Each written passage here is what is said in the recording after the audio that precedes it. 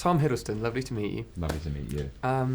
People are so excited to see Loki now. They know the character, they love the character.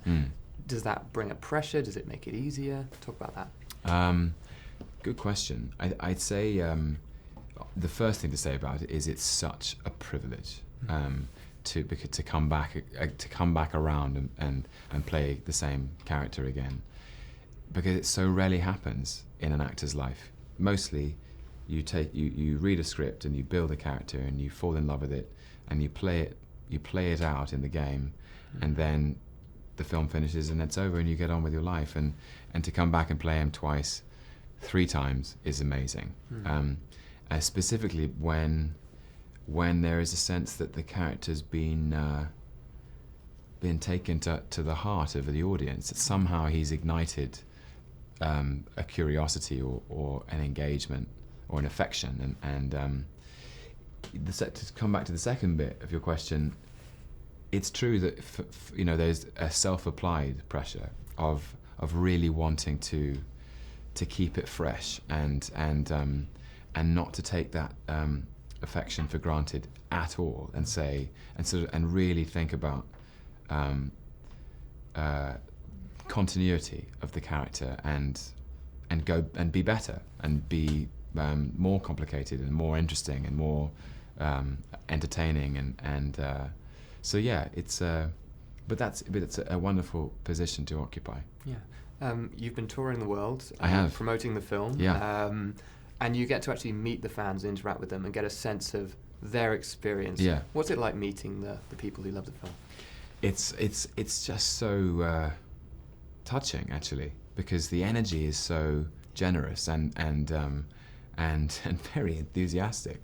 Thus far, I went to Sydney in Australia and Beijing in China, and Seoul in South Korea, and everywhere I went, there was just an outpouring of love for Loki, and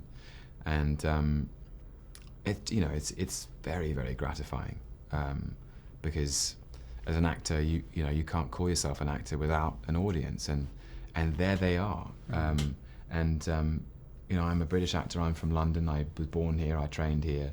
I started in my very first job was in a theatre above a pub in Clapham, and one man and his dog came to see it, and now I can go to Beijing and find people who connect with my work, and it's an amazing honour. Fantastic. Yeah. Just talk about the progress of the character between the first film, then the Avengers, and then this. We're going to see some different elements of him here, aren't we? Yeah.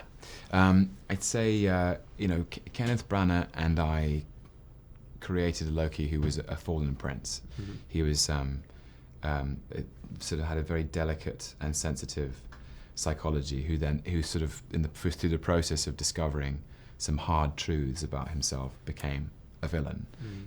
Joss Whedon wrote a elegant and charming psychopath, someone who was the big bad of the Avengers film, and Alan Taylor has constructed an anti-hero, and I think I loved playing that, because Thor is the hero, Malekith is the villain, and Loki is this unpredictable firework, and you don't know which direction he's going to go in. And I liked being the unpredictable element of the film.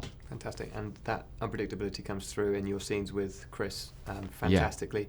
Yeah. The two of you have this dynamic that is a huge part of why people come to see these films, I think. Do you slip back into it easily? Yeah. He's one of my best friends and one of the greatest scene partners I've ever worked with. I think I don't know where it's one of those. It's very hard to put my finger on why or how. Why does anyone get on with someone else? It's just an instinct. It's a sort of a common spirit, a common sense of humor, a common connection and commitment. And I can trace it back to the first time we met. We met at Kenneth Branagh's house, and we were both in our late 20s. We'd been kicking around for a while, and recognized this amazing opportunity to play these huge characters. And the journey has been such a ride. Yeah, we got on very well, and it's strange to think we grew up on different sides of the world, and yet we have so much in common. Fantastic. Just talk about the environment Alan Taylor put you in for this film, because it's extraordinarily grand and there's a lot of CG, but then it feels very real and tangible, particularly the scenes that are on alien planets in the Nine Realms. Yeah. I think, it's important when you're telling a big, epic story that is sort of, is part mythology, part space opera, part superhero movie. It's really important to ground it. Like otherwise the film kind of runs away from itself. And the things that have really rooted the story, I think, are really simple family dynamics: brother and brother, father and son, mother and son, star-crossed lovers, and a healthy sprinkling of light relief and a sense of humour. So I think Alan worked really hard on that, and also making sure that there were big practical sets that we could work with and exterior locations. That we went to Iceland for 2 weeks, which was incredible to shoot there, and also the home of these characters. You can walk down the street in Reykjavik and people are still called Thor.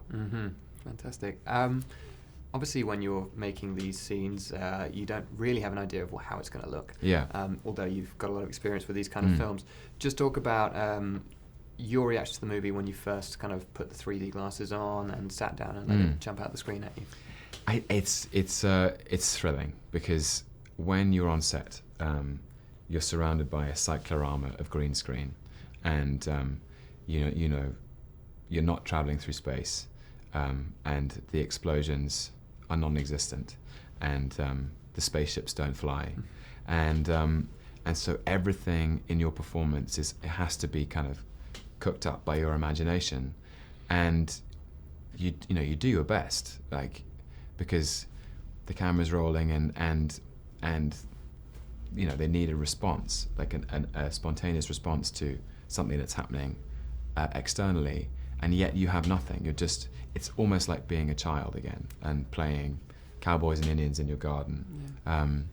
And the thrill of watching it back is when you see your response married to space and the stars and the spaceships fly and the explosions are fantastic. So it's really fun.